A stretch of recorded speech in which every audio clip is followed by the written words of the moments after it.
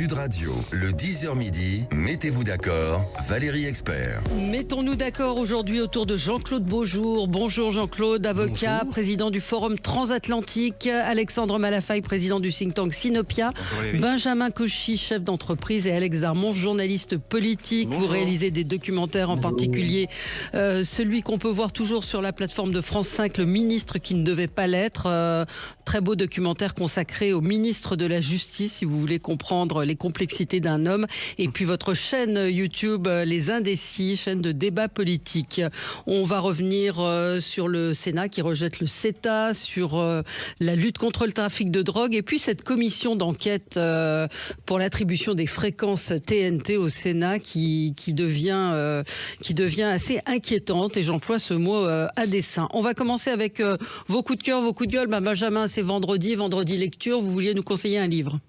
C'est ça, c'est la minute lecture du Père Cauchy aujourd'hui. Donc, j'avais envie de vous parler d'un livre que j'ai lu dans le TGV à l'aller ou retour pour venir vous voir la semaine dernière en studio, et qui s'appelle Nourrir sans dévaster, qui a été coécrit par Éric Orsena et Julien de Normandie.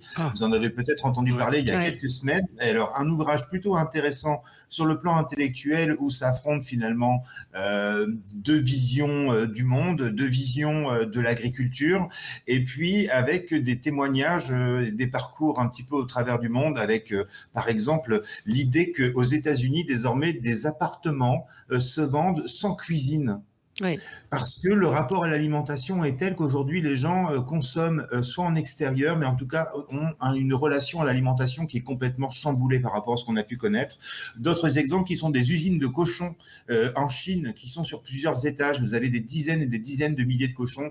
Ce sont des usines. Voilà. Donc le rapport à l'alimentation en fonction des civilisations change. Donc ça, c'était plutôt intéressant. Ce que je regrette un petit peu, et c'est un petit peu comme le bouquin de Bruno Le Maire finalement, c'est que nous avons des acteurs politiques qui ont été ou qui sont au pouvoir et qui finalement se comportent parfois comme des commentateurs de la vie politique. Et ça me laisse perplexe finalement sur le pouvoir de nos élus, en tout cas de nos ministres. En tout cas, je le recommande, hein, ça se lit plutôt bien. Je préfère le style de Julien de Normandie à celui d'Éric Orsena. Ça, je vous comprends.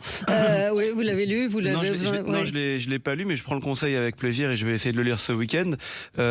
Mais simplement, Julien de Normandie, c'est plus qu'un commentateur. C'est quand même l'un des ministres de l'Agriculture qui a été le plus apprécié ces dernières années.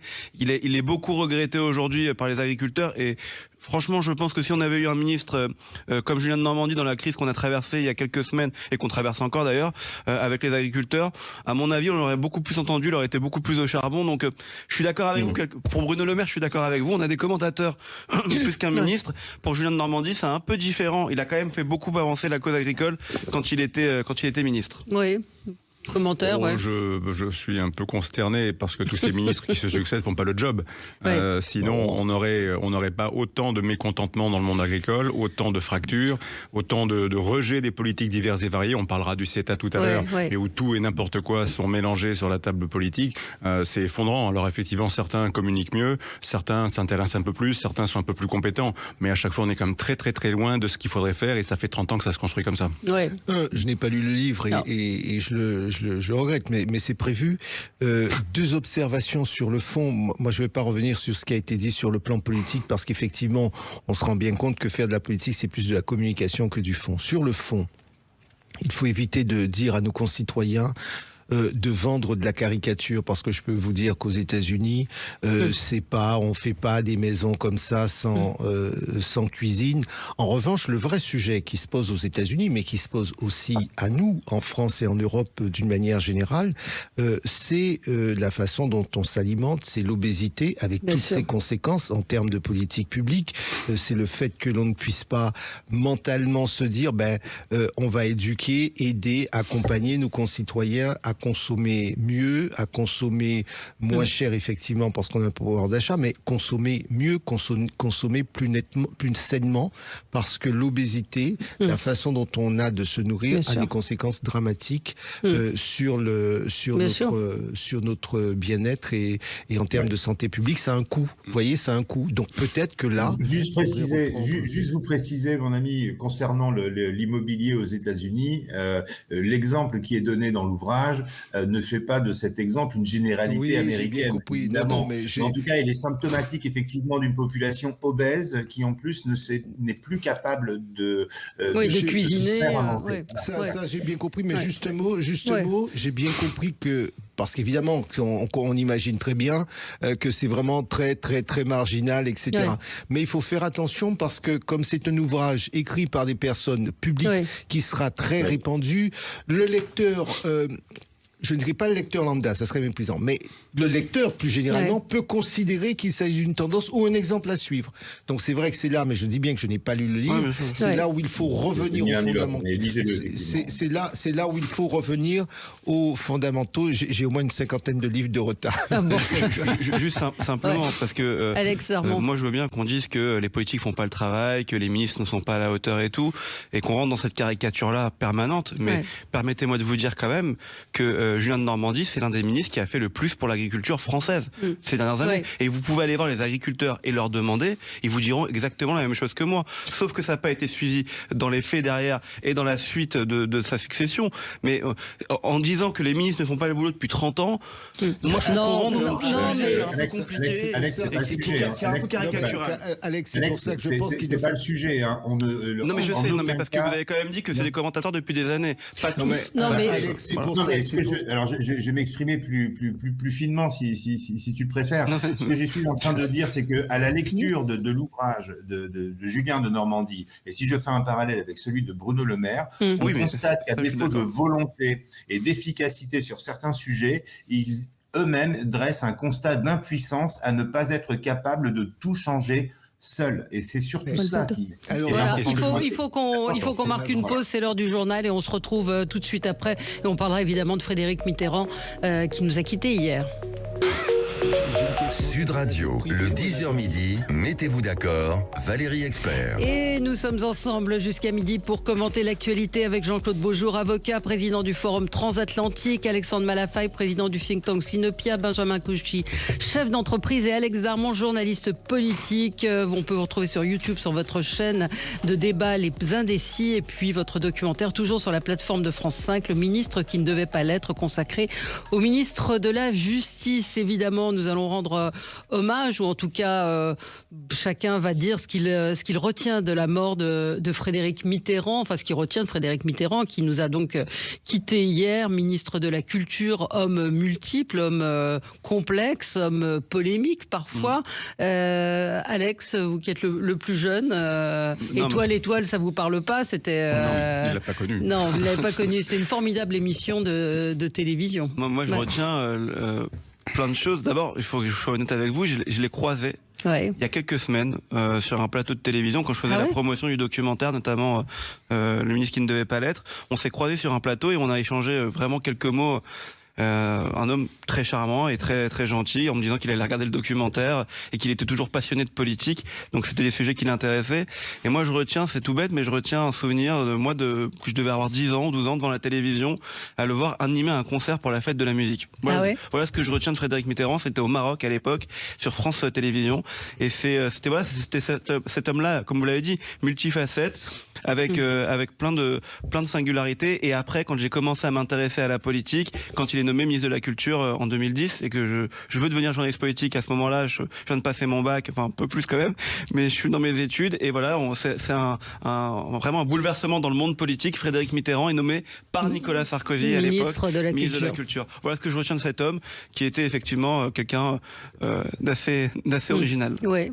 Alexandre. C'était une voix, c'était un style, c'était un homme passionné d'art et de culture. Il a donné toute sa vie à l'art et à la culture.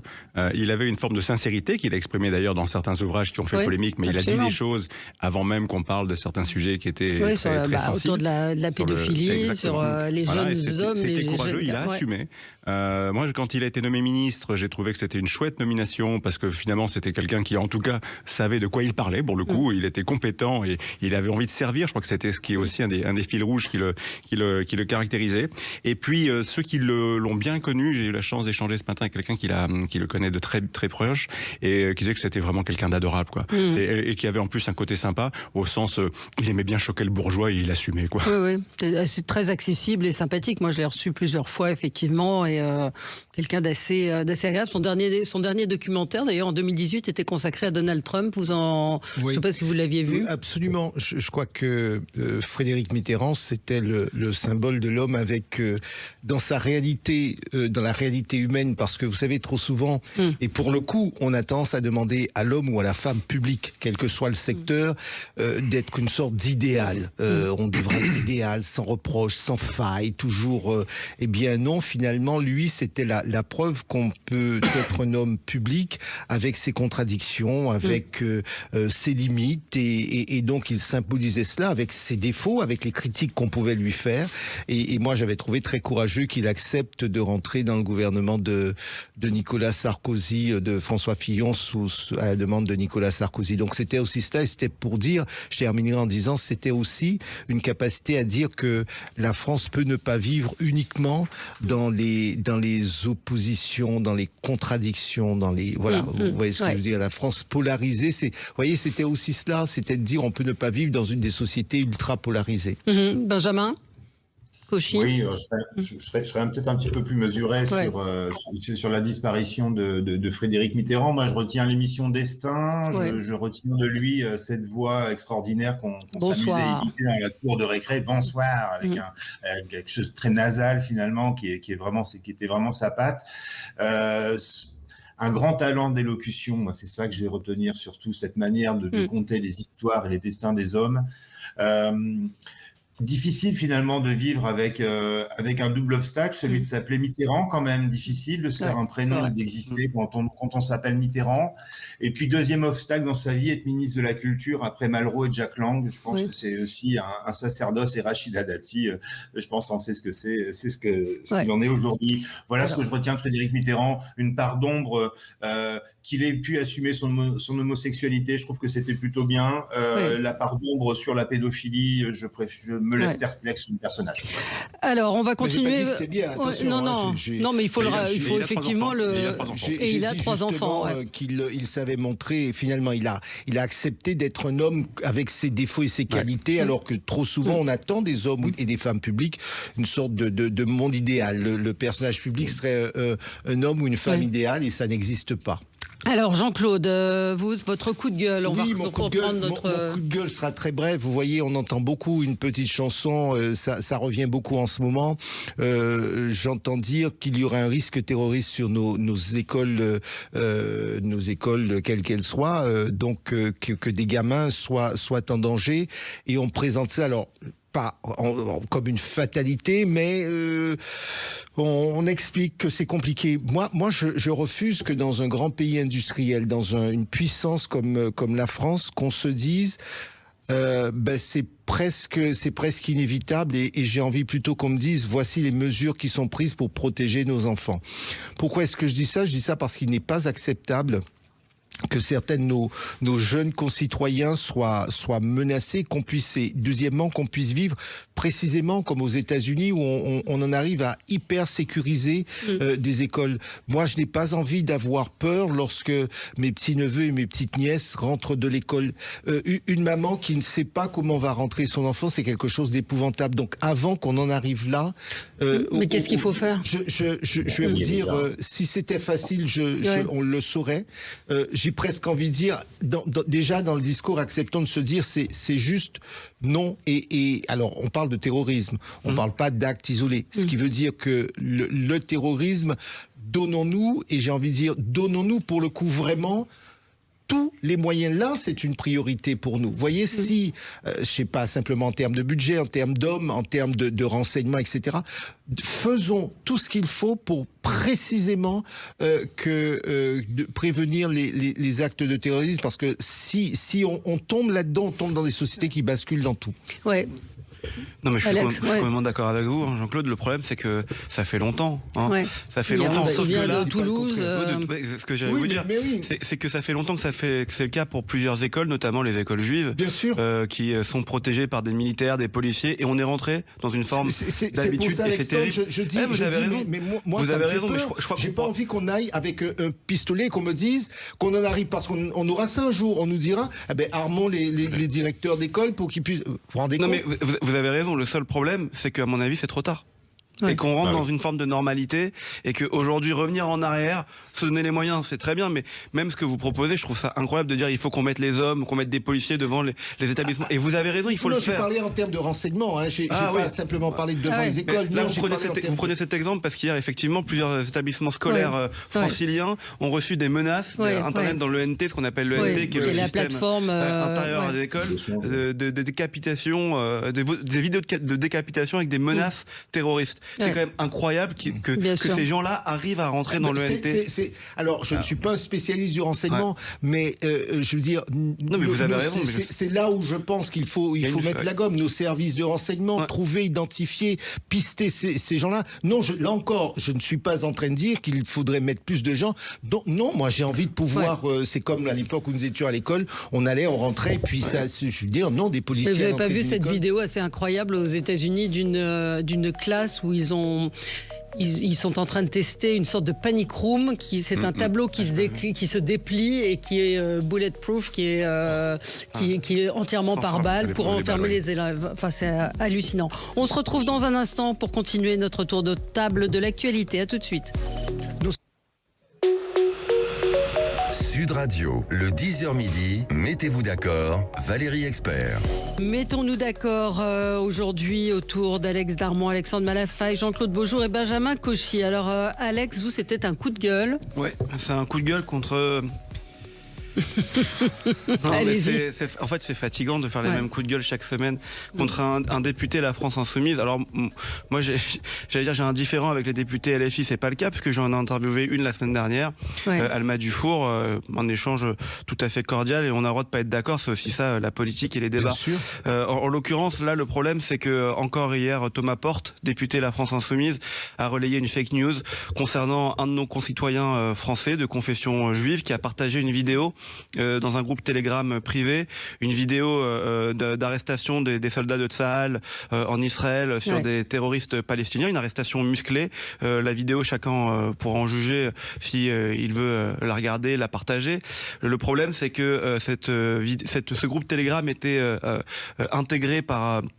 on va dire un journaliste palestinien défendant la cause palestinienne, et qui a donc relayé cette conversation sur les réseaux sociaux en montrant du doigt ce jeune français de confession juive, en disant que c'était lui qui avait participé à l'arrestation en Israël, que c'était lui qui était responsable de cette arrestation. Et donc après, en conséquence, qu'est-ce qui s'est passé? C'est que la vidéo a été partagée, relayée, les captures d'écran des conversations ont été relayées, partagées, notamment par Thomas Porte, indirectement, qui a relayé un tweet du président d'honneur de l'association France-Palestine, aussi par Rima Hassan, qui est candidate à l'élection européenne, aux élections européennes pour la France Insoumise. Et donc, ils ont mis une cible sur ce jeune homme, Samuel, qui habite en banlieue de Lyon, je crois, et il a dû quitter son domicile. Enfin voilà, c'est quand même effroyable de se dire qu'aujourd'hui, des députés relaient des fake news, mettent des cibles dans le dos de concitoyens sous prétexte que je ne sais pas. Je ne sais pas. Et c'est terrible, vraiment. Ce qui est encore le plus scandaleux, ce sont les mêmes qui vont vous dire attention au tribunal de l'opinion publique, attention à la réactivité, machin. Oui, c'est donc au-delà du député, c'est ce qu'on attend précisément de nos élites, qu'ils ne glissent pas vers une société qu'ils dénoncent d'un côté, ils font exactement la même chose. Pensez-vous, parce que là où vous avez raison, moi j'ai été interpellé parce que je ne relayais pas systématiquement tout ce que je recevais dans un camp ou dans l'autre. Alors vous recevez des tas de vidéos, des tas de trucs, etc. Et les gens me disaient, vous êtes anti-ceci ou anti-cela. Comprenez les deux camps. Et je disais, mais moi, je me refuse.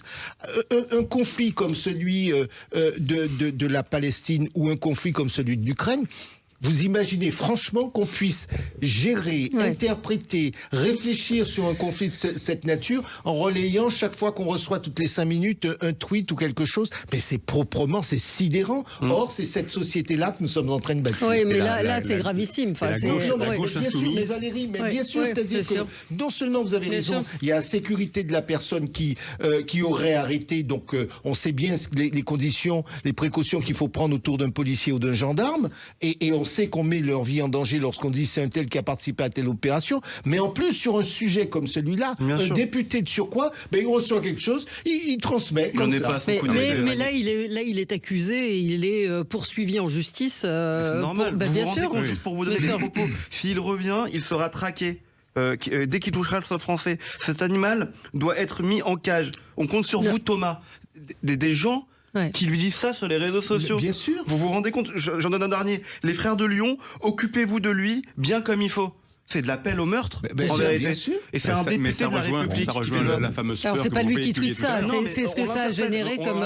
Non, mais je voulais préciser. Oui, non, mais ça revient à votre coup de gueule de tout à l'heure, où vous évoquiez la peur qu'on peut ressentir en tant que parent, et quand on voit qu'on est obligé de protéger nos établissements scolaires, quand on voit ce type de déchaînement de haine et de violence, avec effectivement derrière un courant de pensée dont on imagine bien qu'il est un peu musulman, si je comprends bien ce que vous écrivez, ce qui me paraîtrait pas très surprenant, ça pose de vraies questions, sauf que c'est enquisté, c'est enraciné chez nous, et que la classe politique se prête à ça, mais on n'est pas très surpris. Je veux dire, la gauche insoumise est très habituée à ce type de grand écart, et notamment du deux poids deux mesures. Rappelez-vous, sur un autre sujet, avec l'affaire Quatennens et la position de Jean-Luc Mélenchon, c'était intenable, et pourtant il l'a tenu, quoi qu'il arrive, quoi qu'il en coûte, c'est pas grave, et ils adorent ce genre de capacité à faire du bruit pour des fins qui sont essentiellement électoralistes et clientélistes, parce que bien sûr, derrière tout ça, il y a des gens qui votent, et qui voteront effectivement, parce que derrière, ça alimente effectivement le fonds de commerce de ceux qui veulent aller racoler tous ceux qui vont voter en fonction de je suis contre les Juifs, pour les Palestiniens, et non, ça suffit à faire une cause. Il y a philosophiquement une démarche d'esprit de délation, de dénonciation, d'incitation. Il n'en est pas à son Non, il en est pas. On verra tout à l'heure quand vous évoquerez l'affaire Rachida Dati. On va en parler tout de suite, puis on parlera du CETA avec vous après. Mais Benjamin, sur effectivement le cas Thomas Porte, qui n'en est pas à son coup d'essai, effectivement. Qui en est pas à son coup d'essai. Je crois que sur la teneur des messages, Alex a bien résumé la situation. Moi, je vais prendre juste un petit peu de hauteur et vous dire finalement que ça correspond au projet politique de la France insoumise. Vous dites que la classe politique s'en contente. Non, finalement, c'est la France insoumise qui s'en contente et qui profite de tous les maux possibles et de tous les clivages possibles pour détruire la nation France. À chaque fois qu'il y a une occasion de dénoncer un refus d'obtempérer, vous avez tout de suite la classe éléphiste qui va appeler finalement à une violence systémique de la police. Le conflit israélo-palestinien sert évidemment à déstabiliser la population et l'esprit nation que nous pouvons avoir. C'est un projet politique de la France insoumise et je crois qu'il ne faut pas cesser de le rappeler. C'est la révolution, et 2, le régime de la terreur qui sera installé derrière, avec ses procès d'inquisition. Et moi, je trouve que c'est intéressant de regarder l'histoire. Le bruit et la fureur. Oui, mais c'est de l'inquisition, c'est exactement le mot, et je reprends l'interview de Franck Tapiro qui dit: vous imaginez dans quel pays on vit, on a un député de la République qui se permet de mettre en danger la vie d'un jeune citoyen français, mais jusqu'à quand? Mais il en est pas à son coup d'essai, Thomas Porte. En décembre dernier déjà, en plus il raconte n'importe quoi. En décembre dernier déjà, il avait parlé de 4000 franco-israéliens qui partaient faire la guerre en Israël, et il avait demandé au ministre de la Justice de se saisir de l'affaire. Mais il a le droit d'avoir des affinités avec la cause palestinienne, et puis on a le droit de dire que ce qui se passe à Gaza n'est pas normal, qu'on a envie d'avoir un cessez-le-feu, mais on a aussi le droit de faire preuve de mesure quand on est un député de la République. Pardonnez-moi, Alex, oui, on a le devoir. Et vous avez raison, le devoir. Mais un député a le droit de tout? De tout faire, de tout dire? J'ai dit, c'est pour ça que je dis le devoir. Le devoir, et vous avez raison. Et le problème, c'est qu'il raconte n'importe quoi, et vous le savez, Jean-Claude. Demandez au ministre de la Justice de taquer ces franco-israéliens quand ils reviennent sur le sol, mais c'est du populisme à souhait. C'est le procureur qui doit le faire. Vous vous rendez compte que le législateur se lance dans ce qu'on appellerait du café du commerce, comme Tartemuche, comme un gamin de 5 ans qui n'aurait aucune éducation juridique, pour demander ce genre de choses. chose. Complètement. Ouais. C'est oublier simplement une règle très simple. Hein. Vous avez autant de droits et d'obligations à l'égard de vos différentes de vos différents pays de citoyenneté. Si vous êtes franco-israélien, ben vous avez 2 pays, France et Israël, ou de la même façon que lorsque vous êtes franco, tout ce que vous voulez, comme ça arrive ailleurs. Et c'est pointer le doigt sur des hommes et des femmes qui sont des citoyens à part entière. C'est scandaleux. Allez, on va marquer une pause. On se retrouve dans un tout petit instant. Puis je vais vous parler, avant, on va parler du CETA avec vous, mais effectivement, ce qui s'est passé à l'Assemblée nationale hier, c'est dans la droite ligne. Inquisition, vous avez prononcé le mot, Benjamin Cauchy, avec le rapporteur, Monsieur Saint-Toul, qui interrogeait Rachida Dati. On y revient dans un instant. Sud Radio, le 10h midi, mettez-vous d'accord, Valérie Expert. Alors, je voulais vous faire écouter un petit extrait parce que l'intervention est assez longue, donc on a fait un petit montage, mais je vous encourage à aller voir sur le site d'LCP, la chaîne parlementaire, ces extraits de l'audition de Rachida Dati. Vous savez qu'il y a une commission d'enquête en ce moment à l'Assemblée nationale. On avait reçu pas le rapporteur, mais le président de la commission d'enquête, qui est très bon, lui, Quentin Bataillon, qui essaye de remettre les choses dans le droit chemin. Et puis il y a ce rapporteur qui pose des questions, qui lui est de la France insoumise. Écoutez l'échange qu'il a eu avec Rachida Dati hier. Avez-vous eu connaissance de la rencontre entre Emmanuel Macron et Vincent Bolloré en septembre dernier? J'entends par d'autres canaux, par d'autres moyens que l'article du Monde qui a pu être consacré. Je n'étais pas ministre de la Culture. Ce n'était pas ma question. Veuillez répondre à ma question, s'il vous plaît. Je n'étais pas ministre de la Culture, donc je n'étais pas dans l'agenda ni présidentiel, ni ministériel. Voilà. Je vais me permettre de vous rappeler que vous avez prêté serment et que je vous ai posé une question précise. Avez-vous eu connaissance de la rencontre entre Emmanuel Macron et Vincent Bolloré en septembre dernier par d'autres moyens que l'existence d'un article de presse du Monde sur le sujet? Là, ça devient très personnel. Non, mais ça devient très personnel, monsieur le rapporteur. Enfin, moi, je prends aussi à témoin les députés. Moi, je veux bien. Mais là, vous allez trop loin, monsieur le rapporteur. Je vous le dis. Voilà. Non, ce sont des questions qui soupçonnent des choses. Voilà. Donc moi, j'ai prêté serment, je réponds clairement. Vous m'auditionnez comme ministre de la Culture, je réponds à ces questions. Là, je vais vous dire, la croisade, les attaques, les collusions ou autres, je ne suis pas là pour répondre à ça. Elle ajoute, je serai l'objet d'un contrat entre 2 hommes. Elle lui pose la question. Il sous-entend effectivement que c'est Vincent Bolloré qui a demandé à Emmanuel Macron de la nommer. Et effectivement, c'est le ton et la question. Et c'est ce que dit Quentin. Le fond aussi. Hein. Et le fond. Et ce que dit Quentin Bataillon à la fin de cette intervention, c'est effectivement, je vais demander à Monsieur Saint-Toul de relire ces questions et de rester dans le cadre. On rappelle, c'est une commission d'enquête sur l'attribution des fréquences. Hein. Oui. L'avocat que vous êtes, Jean-Claude Beaujour. Je vais vous dire comment, en tout cas, moi, si Rachida Dati avait été, je l'avais conseillé, on a le droit de se taire. Et je n'aurais pas répondu à sa question. C'est sa question, mais ma réponse, ça aurait pu être le silence. Parce qu'effectivement... Mais c'est ce qu'elle a commencé à faire, là. Elle a commencé à faire, mais il l'a harcelé. Vous parlez d'avocat, je vais vous dire. Dans ces cas-là, c'est mon silence. Et je ne réponds pas. J'ai le droit de rester silencieux, de garder le silence. Et c'est comme ça, je m'arrête. Sur le fond, ce qui est scandaleux avec cette question, tout d'abord, il y a une mission qui est confiée à cette commission parlementaire. On n'est pas dans le cadre de cette mission-là, puisqu'il suppose qu'elle l'aurait rencontré. D'autant qu'il est dit, est-ce que vous auriez eu connaissance dans un cadre autre? Mais dans un cadre autre ne veut rien dire. Bien sûr. Ne veut rien dire. Et donc, à partir de ce moment-là, c'est une question tellement ouverte, vous auriez eu connaissance, on peut avoir y compris eu connaissance de manière complètement privée, et ça reste privé, et ça reste secret. C'est tout. Moi, je suis désolé. Et là encore, on a des gens qui sont parlementaires et qui ne savent pas que l'état de droit, ça veut dire que même un parlementaire, même une commission, a des obligations. Oui, bien sûr. Non, mais ça donne une idée très précise de ce qui pourrait se passer si ces gens-là arrivaient aux affaires. Vous parlez d'état de droit, pardon, c'est la clé du sujet. Oui. Aujourd'hui, l'état de droit, il est attaqué de l'intérieur, parce qu'il y a beaucoup de gens qui le négligent, qui le méprisent, qui n'y prennent pas garde, qui n'en prennent pas soin, et petit à petit on ne se rend pas compte que c'est un espace de fonctionnement et de vie essentiel. Il est attaqué de l'extérieur par tous ceux qui nous manipulent, parce que c'est un système qui est assez permissif, si je puis dire.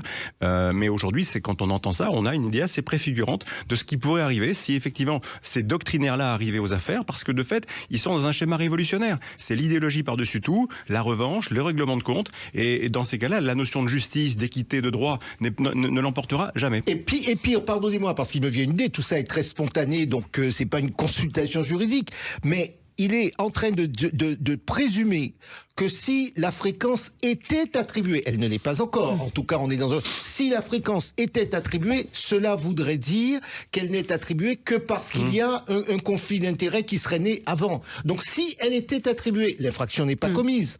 On n'est pas dans le cadre de quelque chose où on vous soupçonne, on vous dit, bon ben, vous l'avez attribuée, etc. On dit, si elle était attribuée, expliquez-nous que... Donc vous voyez, on est dans l'anticipation de la commission d'infraction maintenant. Et vous devez répondre, manu militari, sur une potentialité de commission future. À ce rythme-là, on peut vous condamner. Et il y avait une précédente question, il lui a dit, mais comment expliquez-vous le fait que vos 2 premières interviews aient été pour le groupe Bolloré, pour CNews et le JDD? Et elle a répondu, ma première interview était sur France Inter. En plus, il est même pas préparé. Benjamin Cauchy, sur cet échange. Rapidement, oui, je vous le disais, c'est l'Inquisition. Ça me rappelle le procès, j'étais gamin devant la télé de Ceausescu. On se demandait finalement si derrière la porte, il n'y aurait pas le peloton d'exécution. Le ton prononcé, martial, quand vous dites qu'effectivement, elle aurait pu ne pas répondre, mais ça, c'est dans le cadre d'un procès. Mais là, on est dans le cadre d'une commission d'enquête. Dans le cadre d'une commission d'enquête, en tant que ministre de la Culture, ayant en charge justement l'audiovisuel, elle se doit de répondre. Et je trouve qu'elle a bien fait de dire que c'était des questions qui relevaient finalement du côté personnel, pardon, non, mais du côté politique. Donc je trouve qu'elle a été plutôt pertinente là-dessus et que justement elle a pointé du doigt, et grâce à Rachida Dati sait utiliser les réseaux sociaux et les médias aussi bien que la France Insoumise. Donc je crois que cet exercice hier est un point d'exergue qui montre à quel point la France Insoumise se range derrière une posture révolutionnaire. Benjamin, pardonnez-moi, mais l'état de droit, ce sont des règles générales, j'insiste, qui s'appliquent, y compris qui s'impose aux commissions d'enquête, à toute commission. Évidemment. Vous avez le droit de garder le silence. C'est le droit, mais après vous avez le droit, mais après vous avez la politique. Oui, ça, le silence peut impliquer qu'elle a des choses à cacher. Si vous voulez, non, mais attendez, lorsque à ce point vous avez le livre et vous avez la réalité. Non, mais c'est pas son style. Pardonnez-moi, mais c'est pas son style. Oui, non, mais je comprends bien. Mais lorsque vous êtes face à une inquisition de la sorte, où en réalité, le désir n'est pas de rechercher la vérité, mais simplement d'essayer non seulement de vous confondre et de démontrer qu'effectivement vous êtes coupable de quelque chose. Face à cette démarche, qui est une démarche malhonnête, malheureusement, et je prends bien en considération la dimension politique. Le silence est une option, c'est pas la seule. Non. Ah oui, non, mais on est d'accord. Mais je me posais la question, je vous dis quelle serait l'option qui aurait été la mienne. Alex, je pourrais avoir acquiescement des présomptions. C'est ça qui est. Alors, Alex Darmon. Juste une chose rapidement. D'abord, il y a des malaises dans la France Insoumise en ce moment. Il y a des députés que vous n'entendez pas, et c'est entre guillemets assez normal puisqu'il y a des tensions à l'intérieur du parti. Donc tout le monde n'est pas d'accord de ce qui se passe actuellement sur cette commission d'enquête. D'ailleurs, c'est facile de les trouver, c'est ceux qui vont sur les médias Bolloré qui sont pas d'accord avec ce qui se passe. Ça, c'est le premier point. Le deuxième point, moi, je trouve ça affligeant ce qui est en train de se passer sur cette commission d'enquête. Enfin, c'est affligeant parce qu'on parle de Quentin Bataillon, président, mais le monsieur dont on parle, l'élu, c'est Aurélien Saint-Toul, c'est un règlement de compte.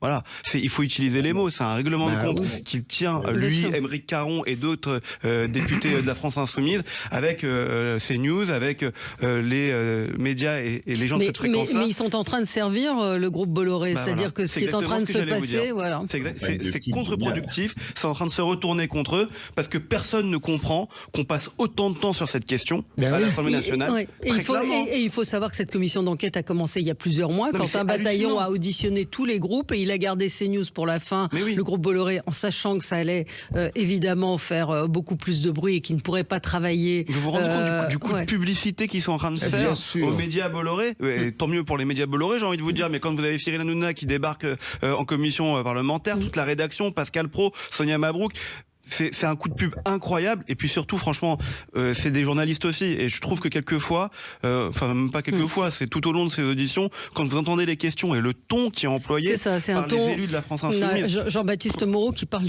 de commissaire, l'attitude de commissaire politique absolument inadmissible, scandaleuse, en plus d'être misogyne et méprisante. C'est vrai qu'il y a une forme de mépris et de jouissance, on voit dans c'est pour ça que je dis qu'il faut faire attention. Tous les élus de la France Insoumise ne sont pas d'accord avec le ton qui est employé. Il y en a que vous n'entendez pas cette question, et il faut le dire, il y a un vrai problème qu'il s'exprime. Vous connaissez bien la discipline interne des partis. Je reviens bien à mon point de tout à l'heure. Vous voyez bien, vous parlez de la tonalité. C'est bien parce que pour que le politique soit servi, il faut qu'un minimum de règles soient respectées. Je suis désolé. Vous pouvez, et j'entends bien la démarche politique, j'entends bien que ce sont des politiques que l'on reçoit. Pour autant, nos commissions d'enquête elles pourraient tirer profit du respect d'un minimum de règles, parce que c'est comme ça qu'on arrive à faire extirper le politique du reste. On va passer à autre chose, on va passer à votre coup de gueule, Alexandre Malafaye, ça concerne le CETA. Oui, le CETA, c'est un accord de libre-échange entre le Canada et l'Union européenne. Alors, pour le citer quelques chiffres, le Canada, c'est 38 millions d'habitants. L'Union européenne, c'est un peu plus de 500 millions d'habitants à l'époque où le traité est entré en vigueur de manière provisoire en 2017, puisqu'à l'époque, la Grande-Bretagne était encore au sein de l'UE. Donc, on est dans un accord commercial qui vise effectivement à favoriser les échanges commerciaux sur tous les secteurs concernés. Et il est rentré en vigueur sans avoir été totalement adopté, ratifié, parce qu'en fait, je pense que les parties en présence ont dû considérer qu'il était stratégique de favoriser le flux d'échanges commerciaux pour toutes sortes de raisons, et notamment, comme la nature est hors du vide, éviter que, par exemple, la Chine ou d'autres continents prennent la main comme ils le font en Amérique du Sud ou ailleurs, ce qui était plutôt intelligent comme démarche. 7 ans plus tard, on peut faire un bilan, c'est ce qui a été effectivement fait, et aujourd'hui, on se rend compte que l'accord est plutôt en faveur de l'Union européenne, dans des proportions relatives, parce qu'on parle de quelques dizaines de milliards d'euros d'échanges commerciaux sur la totalité, et pour la France, sur 7 ans, c'est, on va dire, 8 milliards d'exports et 6 milliards d'imports. Donc on a un petit gain de 2 milliards, donc c'est plutôt favorable.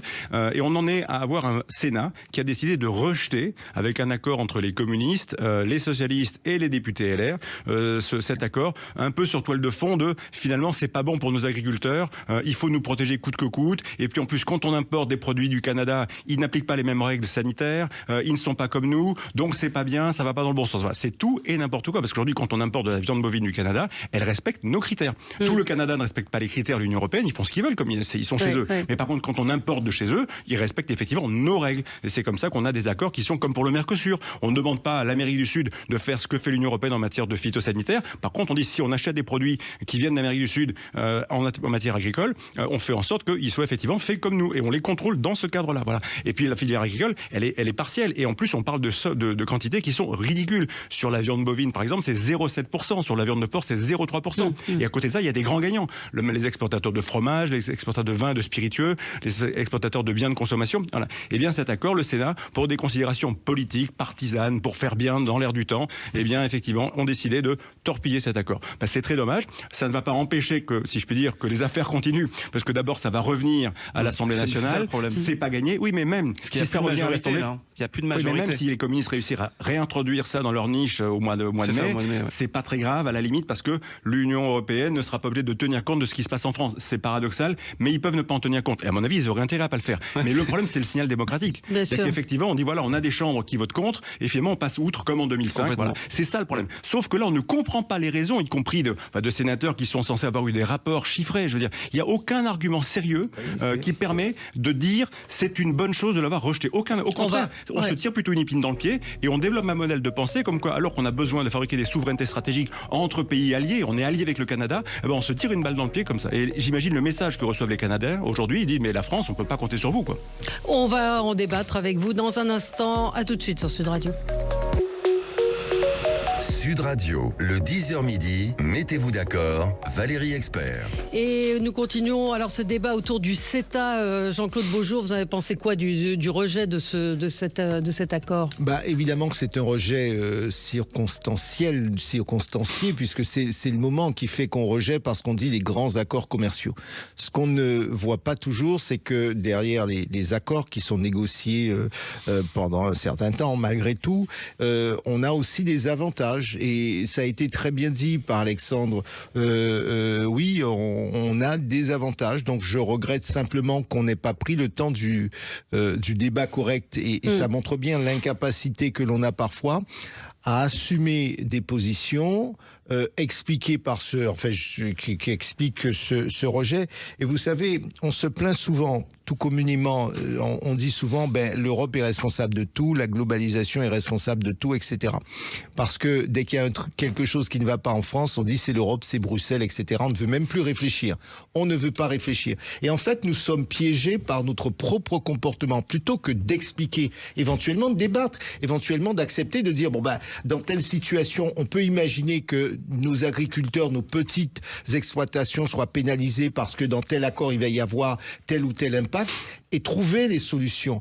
Mais quand on se contente de dire c'est l'Europe et la globalisation qui sont responsables de tout, eh bien ça donne qu'effectivement on oublie qu'à côté, on a des pans entiers de notre économie qui en profitent parce que nous tirons aussi profit, on n'est pas complètement idiots, nous tirons aussi profit d'un certain nombre d'accords que nous passons. Oui, Alexandre. Alors moi, ce que je trouve assez incroyable dans cette affaire, c'est que ça a été voté par le Parlement européen en 2017. Enfin, ça a été en tout cas encouragé à être voté par le Parlement européen pour les États membres en 2017. Ça a été voté en France en 2019 par le Parlement, donc il y avait une majorité par l'Assemblée, pardon, vous avez raison.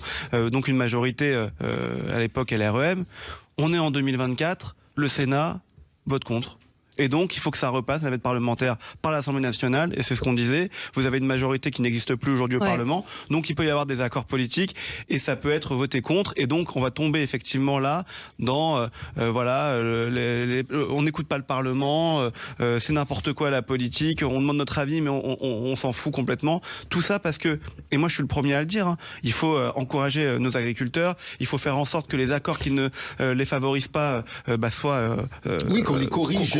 Qu'on les corrige ou qu'on les termine, qu'on les enlève et tout. Mais là, Alexandre l'a très bien dit, le CETA, c'est pas le cas, on n'est pas là-dedans. On est dans une atmosphère de anti-politique, anti tout ce qu'on fait, et il faut, avec l'air du temps. Et que c'était plutôt à l'avantage de la France, c'est ça qui est incompréhensible. Si j'ai une seconde sur ce point, c'est que, comme quand il y a des perdants, et il y a toujours des perdants dans ce genre d'accord, c'est eux dont il faut s'occuper pour éviter que ça grippe tout. Et on sait parfaitement les identifier, donc ça aurait été assez facile de gérer presque au cas par cas quelques bouts de filières agricoles et dans la viande en particulier qu'on aurait pu accompagner en disant là, eux, il faut les soutenir parce qu'ils sont impactés directement parce que c'est frontal pour eux et donc c'est un problème, mais c'est pas le problème tout général. Mais d'un autre côté, quand il y a quelques semaines, Emmanuel Macron en toile de fond de crise avec l'agriculture remet en cause le Mercosur, seul contre les 26, il participe de ce bruit aussi. Bien sûr. Benjamin Cauchy. Oui, rapidement, on est dans l'épiphénomène des élections européennes aussi. Donc, je crois que vous l'avez souligné de façon implicite, c'est clairement un enjeu d'élection européenne qui sera le plus souverainiste du monde, qui aura les plus gros biceps de la souveraineté alimentaire. Sans jeu de mots, évidemment, avec les belles photos du président. Mais bon, vous avez vous l'avez fait un petit peu exprès, le biceps.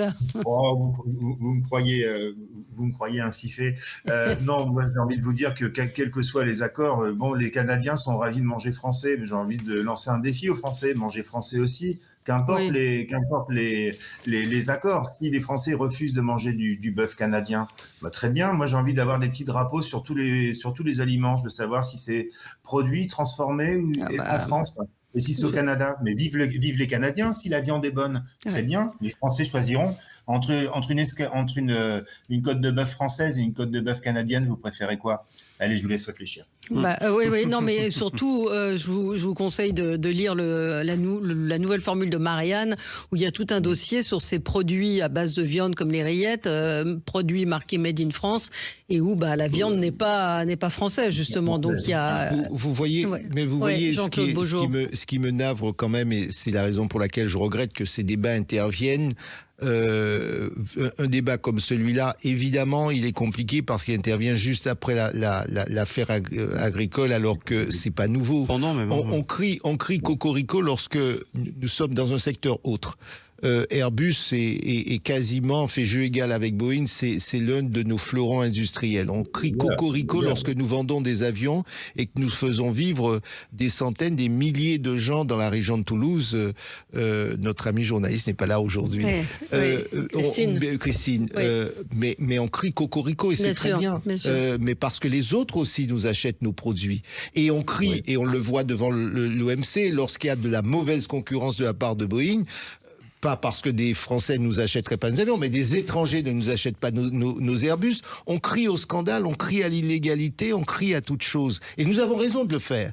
Mais oui, il faut admettre que le monde, le commerce, et ça a toujours été comme ça, on perd, on gagne, on corrige, le monde n'est pas statique, il était très bien avant et qu'avant était un monde merveilleux et qu'avant toutes les boîtes s'en sortaient très bien. Écoutez, ras-le-bol, je pense qu'on est dans un monde qui est en permanence, qui est en mutation et donc il faut accepter de corriger à la marge lorsque nous avons un accord où certains d'entre nous sont pénalisés et il faut les entendre cela, il faut les entendre. Eh bien, on corrige, on voit ce qu'il peut être fait pour eux. Juste une dernière chose sur le processus législatif. S'il est rejeté pendant la niche parlementaire des communistes, l'accord avec le CETA, logiquement, le gouvernement peut rejeter aussi le CETA en le notifiant à Bruxelles. Mais il faut le notifier. Par contre, il n'est pas obligé de le faire. Et donc le problème, c'est qu'il continuera à s'appliquer normalement, à moins que le gouvernement le notifie à Bruxelles, ce qu'il ne fera pas. Et donc, à partir de là, vous aurez, vous le savez très bien, tous les complotistes de la terre entière et qui vous diront c'est honteux, voilà, on décide de choses. Et voilà, exactement. Et ça, c'est un vrai problème. Alors, sujet qui n'était pas prévu, mais je pense que Benjamin voulait revenir sur la dette. On en a abondamment parlé hier, mais en venant tout à l'heure, j'entendais ce qui s'est passé hier. Le rapporteur général de la Commission des finances du Sénat est allé rendre visite à Bercy de manière totalement impromptue pour se faire communiquer l'ensemble des documents produits par Bercy afin d'obtenir des réponses aux nombreuses questions posées par la dégradation du déficit. C'est-à-dire qu'il dit comment, c'est la question qu'on s'est posée hier, c'est-à-dire d'un seul coup on semble découvrir qu'il y a une dette et que effectivement le déficit est supérieur à 5%. Eh bien il a eu toutes les peines du monde à obtenir des documents, à obtenir des notes blanches et visiblement dans ce qu'il a obtenu, eh bien le gouvernement évidemment et le ministre de l'économie était tout à fait au courant de ce qui était en train de se passer. Peut-être Benjamin, je vous donne la parole sur ce sujet. Oui, effectivement, ça fait plusieurs mois que de nombreux économistes alertent sur la dette et il y avait une sorte de déni gouvernemental autour de celle-ci. Ou d'omerta, oui. Parce que déni, je pense que le déni, ils étaient au courant.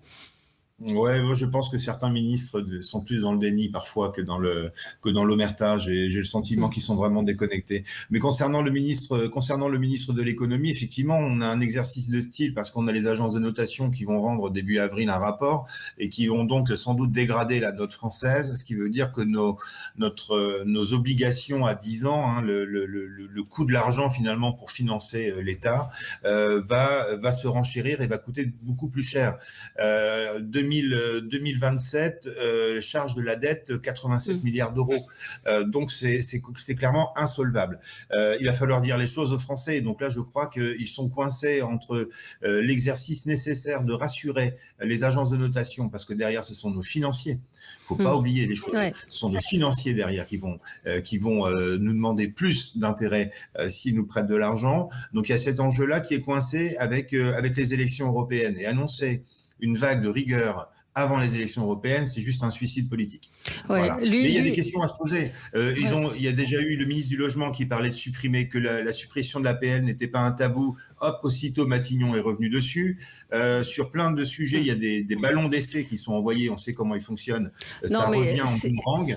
La question, c'est de se dire quel service public devrons-nous confier à des privés. Je crois qu'à un moment donné, il faut aussi poser ce débat-là. Mais on n'a plus les moyens.